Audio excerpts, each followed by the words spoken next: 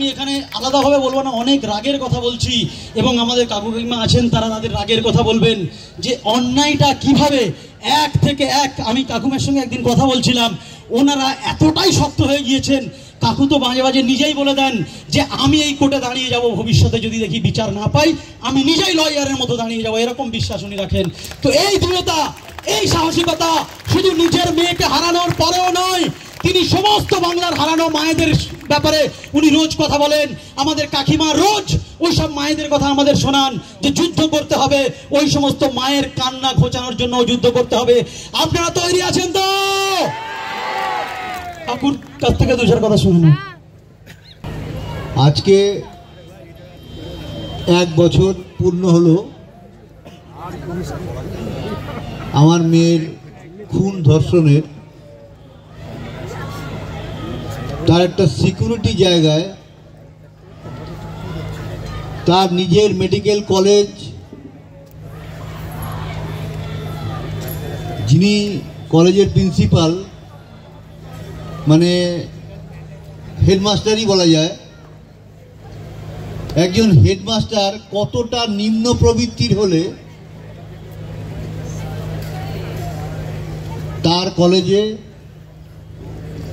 তারই সুরক্ষিত এলাকায় একটা মহিলা পড়ুয়া তাকে এইরকম নির্যাতনের শিকার হতে হয়।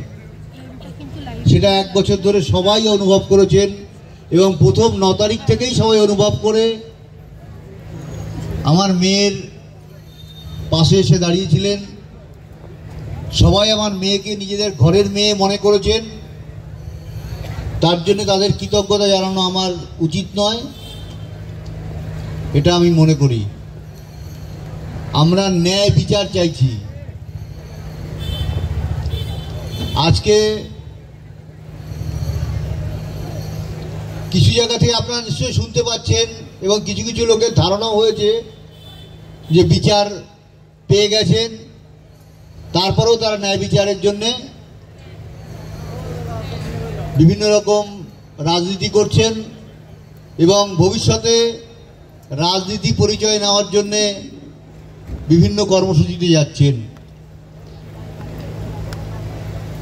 সবার কাছে একটাই কথা বলবো, যারা এই সমস্ত বিভ্রান্তিমূলক কথাবার্তা বলছে, আজকে তাদের থেকে আমাদের সাবধান থাকতে হবে। আজকে পশ্চিমবঙ্গ ডুবতে বসেছে। আজকে আমার উপর যে অন্যায় নেমে এসেছে, এর ভবিষ্যতে আমরা ভগবানকে প্রতিদিন বলি যে 9 আগস্ট 2024 আমরা দেখেছিলাম, সেটা যেন কোনো মা বাবা না দেখতে হয়। কিন্তু কি দুর্ভাগ্য বিষয়, এই পশ্চিমবঙ্গের বুকে আমার মেয়ের হত্যাকাণ্ড ঘটার পরে মেয়েদের উপর অত্যাচার কমসে কম 100 ওভার হয়ে গেছে। তারপরেও শিক্ষা প্রতিষ্ঠানে যে দুর্বৃত্তায়ন, কসবা ল কলেজ তার একটা প্রমাণ সবার সামনে চলে এসেছে। 9 আগস্ট 10:53 যখন আমাদের কাছে ফোন যায়, সেই ফোন করার সবার মুখস্থ। আমরা 12টার সময় এসে এই আরজিকর মেডিকেল কলেজে 3rd ফ্লোর সেমিনার রুমের বাইরে এবং ভেতরের যতটুকু দৃশ্য দেখেছিলাম, আজকে আনন্দবাজার পত্রিকা যারা পড়েছেন তারা নিশ্চয়ই বিষয়টা সম্বন্ধে অবগত হয়ে গেছেন।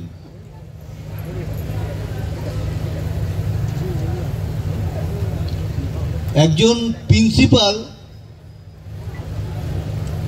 তিনি তার ছাত্রীকে নৃশংসভাবে হত্যা করার জন্য মদত দিচ্ছেন, এটা ভাবলেও যেন কেমন একটা মনের মধ্যে করে ওঠে, শরীরের মধ্যে মোচড় দেয়। সেই প্রিন্সিপালই আবার যখন পদত্যাগ করতে চান, আমাদের মাননীয় স্বাস্থ্যমন্ত্রী এবং স্বাস্থ্য সচিব তাকে ন্যাশনাল মেডিকেল কলেজে ট্রান্সফার করে দেন। এটাকে আপনারা কি বলবেন? এটা কি কনস্পিরেসি নয়? কিন্তু তারপরেও সিবিআই বলবে 4 দিন পরে আমরা মামলা হাতে পেয়েছি, 4 দিনে সব ধুয়ে মুছে পরিষ্কার করে দেওয়া হয়েছে। 4 দিনে যদি ধুয়ে মুছে পরিষ্কার করে দেওয়া হয়, আমাদের চোখের সামনে যে ঘটনাগুলো 9 তারিখে আমাদের সামনে ঘটেছিল, সেই ঘটনাগুলো কেন বিচার আমরা পাবো না? আপনারা হয়তো অনেকেই আজকে জেনে গেছেন সংবাদ মাধ্যমের থেকে, গত পরশু আমরা দিল্লি গেছিলাম এবং গতকাল সিবিআই হেড অফিস ওখানে গিয়েছিলাম। সিবিআই 93টা সিএফএসএল রিপোর্ট তৈরি করেছে। আমি এখানে দাঁড়িয়ে গ্যারান্টি দিয়ে বলতে পারি, যারা এই মামলা তদন্ত সিবিআইতে করছেন, যে সমস্ত অফিসাররা আছেন, এই 93টা সিএফএসএল রিপোর্টের মধ্যে কোথায় কি আছে, কি তথ্য লুকিয়ে আছে, তারা সব জানেন, কিন্তু তারা চোখ বন্ধ করে আছেন, কিছু বলবেন না। গতকাল আমরা যখন বারবার ডিরেক্টরকে বিভিন্ন কোশ্চেন করতে থাকি, তখন সিবিআই এর ডিরেক্টর আমাদের বলেন, আমি কাউকে এত সময় দেই না, আপনারা যেহেতু আপনার মেয়েকে হারিয়েছেন তাই আপনাদের জন্য সময় দিচ্ছি। তারপরেও যখন আমরা কোশ্চেন করি, কোনো কোশ্চেনের উত্তর সিবিআই দিতে পারছে না। হয়তো দিচ্ছে না, দিতে পারছে না, এই কথাটা বলতে আমাদের আর এখন মন চায় না। সিবিআই ডাইরেক্টর উঠে চলে যাচ্ছেন, বলছেন এই মামলা আমরা ছেড়ে দেব। আমি পরিষ্কার তখন ওনাকে জিজ্ঞেস করি, আদালতে গিয়ে আপনাকে বলতে হবে এই মামলা আমরা ছেড়ে দেবো, আমাদের কোনো দুঃখ নেই। উনি আবার এসে চেয়ারে বসে পড়েন। একজন সিবিআই ডিরেক্টরকে এর আগের বার সামনে পেয়ে যে কথাগুলো শুনিয়েছিলাম, উনি স্বপ্নেও ভাবতে পারেননি একজন সাধারণ লোকের কাছ থেকে আমাকে এই কথা শুনতে হবে। তার পরবর্তীকালে গতকাল যখন যাই, ওনারা সেই একটা কথা গেলানোর জন্যে, সঞ্জয় রায় ছাড়া কাউকেই আমরা পাচ্ছি না, এই কথাটা গেলানোর চেষ্টা করে যাচ্ছেন। সিবিআই এর ইনভেস্টিগেটিং অফিসার আমাদের বাড়িতে এসেও চেষ্টা করছে, এবং যখন আমরা সিবিআই অফিসে যাচ্ছি, সিবিআই দিল্লি অফিস সিজিও কমপ্লেক্সে 2বার গেছি আমি, কলকাতা অফিস কোনোদিন যাইনি, সেখানেও তারাও চেষ্টা করছেন ঠিক সেম জিনিসটা আমাদের বুঝিয়ে বাড়ি পাঠানোর। কিন্তু আমরা তো বুঝতে চাইছি না। আমরা তো সঠিক তথ্য জানি, এবং এটাও জানি যে সিবিআই সবকিছু জানে। কোথাও না কোথাও ম্যানেজ হয়ে প্রকাশ্যে আনবে না। আর কলকাতা পুলিশের কথা যত কম বলা যায়, আর রাজ্য প্রশাসনের কথা যত কম বলা যায়, ততই ভালো। কারণ এদের সম্বন্ধে কথা বলতে না গায়ের মধ্যে কেমন একটা অস্বস্তি তৈরি হয়। একজন সামান্য সাব ইন্সপেক্টর কোর্টে দাঁড়িয়ে বলে, 10টা 10-এ আমি যখন খবর পাই, তখন থানার ডায়েরি পেজ ফাঁকা রেখে চলে যাই, এবং রাত্রি 11টার সময় এসে সকাল 10টার টাইম দিয়ে আমি সেই ডায়েরি ফিল আপ করি। তাহলে কিরকম নির্লজ্জ এই প্রশাসন! আজকে এই পুলিশ প্রশাসনকে তৃণমূলের দলদল ছাড়া আমি কিচ্ছু ভাবি না এখন আর। পুলিশ মানুষের নিরাপত্তা দেওয়ার জন্য থাকে, কিন্তু এরা তৃণমূলের নিরাপত্তা দেওয়ার জন্য এদের চায়েরা চাকরি করে।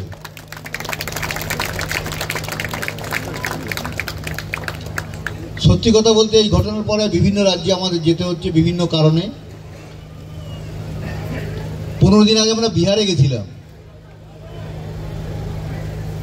বিহারের গয়া জেলার যিনি কি বলেন একে ডিএম, উনি খবর পেয়ে আমাদের ডেকে নিয়ে ওনার অফিসে বসিয়ে কথা বলেছেন আমাদের সঙ্গে। আর আমাদের এখানকার সিপি, এসিপি মুরলীধর শর্মা এবং সোফিয়া মল্লিক, তাদের উপস্থিতিতে ওই সেমিনার রুমে তথ্যপ্রমাণ লোপাট করা হয়েছে। সেই সিবিআই এই কলকাতা পুলিশকে ক্লিন চিট দিচ্ছে শিয়ালদা কোর্টে দাঁড়িয়ে। মানে ভাবুন যে আমরা কোন দেশে বসবাস করি, কোন রাজ্যে বসবাস করি, যেখানে সবকিছু পয়সা দিয়ে কিনে নেওয়ার চেষ্টাটা হয়। এরপরেও যদি সিবিআই বিক্রি হয়নি, এই কথা কোনো গ্যারান্টি আমি দিতে পারবো না।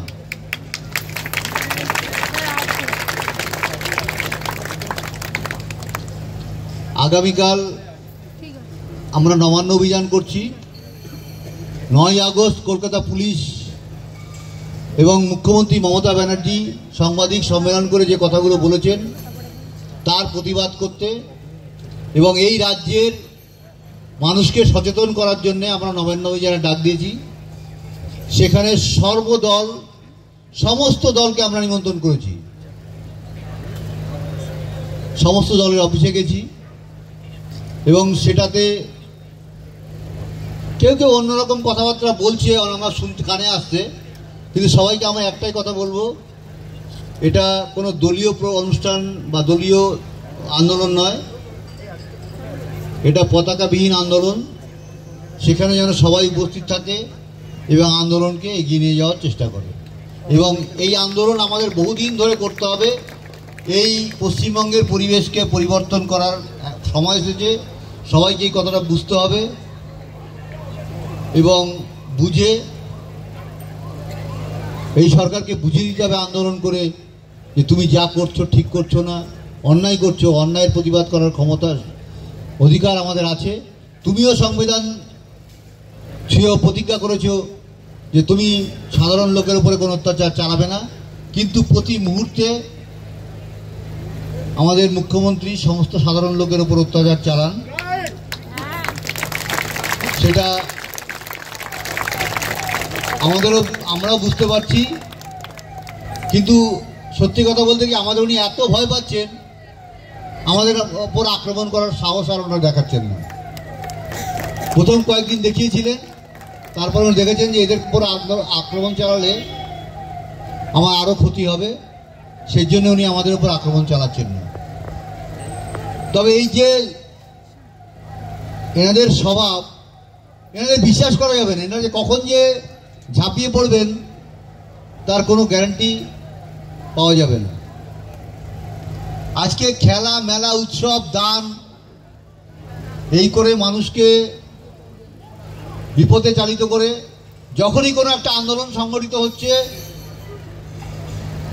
তখন সেটাকে অন্যদিকে প্রতিফলিত করার জন্যে কোনো না কোনো নিজেদের মধ্যে হয়তো ঝামেলা তৈরি করে দিলেন। নানান রকম ইনি বিজ্ঞানসম্মত উপায়ে সংগ্রহ করে রাজনীতি করেন, সেটা সাধারণ লোকের সবসময় বোধগম্য হয় না। সেই রাজনীতির ফাঁদে পড়ে আজকে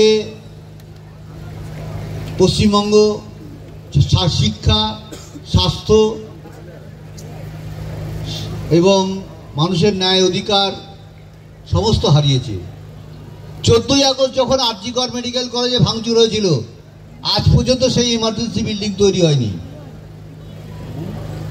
এটা কি সরকারি সম্পত্তি নষ্ট হয়নি? এর জবাব কে দেবে? আমি নিজে টিভিতে দেখেছি পুলিশ সেখানে দৌড়ে পালাচ্ছে, হসপিটালের ভেতরে গিয়ে লুকাবে কোথায়? তাহলে পুলিশ যে তৃণমূলের দলদাস, তাহলে কেন বলবো না? সবাই বুঝবেন আজকে আমার যে ক্ষতি হয়েছে সেই ক্ষতি কোনো কিছুতেই পূরণ হবে না। সুতরাং আমরা এই যে লড়াই চালাচ্ছি, সেই লড়াই এইভাবে সবাই আমাদের পাশে থাকবেন। এবং সংবাদ মাধ্যমকে সবার আগে আমার ধন্যবাদ দেওয়া উচিত। এই 1 বছর ধরে তারা সেই প্রথম দিন তারা অনেক সহযোগিতা করার চেষ্টা করেছিলেন, কিন্তু আমরা অনভিজ্ঞ হওয়ার জন্যে তাদের কাছ থেকে সেই সহযোগিতা নিতে পারিনি। সেটা আমাদের দুর্ভাগ্য ছিল। প্রথম দিন থেকে আজ পর্যন্ত তারা যেমনভাবে আমাদের সঙ্গে রয়েছেন, তাদের সর্বাগ্রে ধন্যবাদ দেওয়া উচিত। এবং এই জুনিয়র ডাক্তাররা যারা আমার ছেলে মেয়ের মতনই, তারাও আমার সঙ্গে আছে। তাদের মধ্যেও কিছু থ্রেড কালচার এবং মানে কিছু কি বলবো আর কি সুযোগ সন্ধানী কিছু আছে। তাদের কথা তো বলা সামনে আনা যাবে না সব কিছু। তাদেরও বাছাই করে আলাদা করে রাখতে হবে। যারা আমার মেয়ের সঙ্গে জড়িত তারাও জুনিয়র ডাক্তার, কিন্তু সেই ডাক্তারের তারা হচ্ছে ডাক্তার ঠিক নয়, তারা হচ্ছে ডাকাত। তারাও কিন্তু এই বিভিন্ন মেডিকেল কলেজে পড়ে। এই সমস্ত জবাব আমাদের, অনেক প্রশ্নের উত্তর এখনো পেতে অনেক বাকি। আমাদের লড়াই অনেক দীর্ঘতম হবে, আমরা ভালোই বুঝতে পারছি। রাজ্য সরকার, কেন্দ্র সরকার কেউ আমাদের সহযোগিতা করবে না। তদন্তকারী সংস্থা সিবিআইকে জোর করে কান ধরে কাজ করাতে হবে আদালতের মাধ্যমে। আদালতের থাপ্পড় খাবে, তারপরে সিবিআই লাইনে আসবে, এটা আমরা ভালো বুঝতে পারছি। এবং অতি শীঘ্র আমরা সেটাই চেষ্টা করছি যাতে থাপ্পড়টা আদালত থেকে দিতে পারি সিবিআইকে। এইভাবে সব লোক আমার সঙ্গে থাকলে অবশ্যই একদিন আমরা জয়ী হব এবং এই আন্দোলন আমরা এই ন্যায় বিচার আমরা ছিনিয়ে আনতে পারবই। এই জন্য সবাইকে আবার আমার সঙ্গে থাকবেন এই আহ্বান জানিয়ে আমার বক্তব্য আমি শেষ করছি। ডাক্তার বোনের এই মাটিতে ধর্ষকদের ঠাঁই নয়, ডাক্তার বোনের এই মাটিতে ধর্ষকদের ঠাঁই নয়। এবার কাকিমার কাছ থেকে 2-4 কথা শুনে নেব।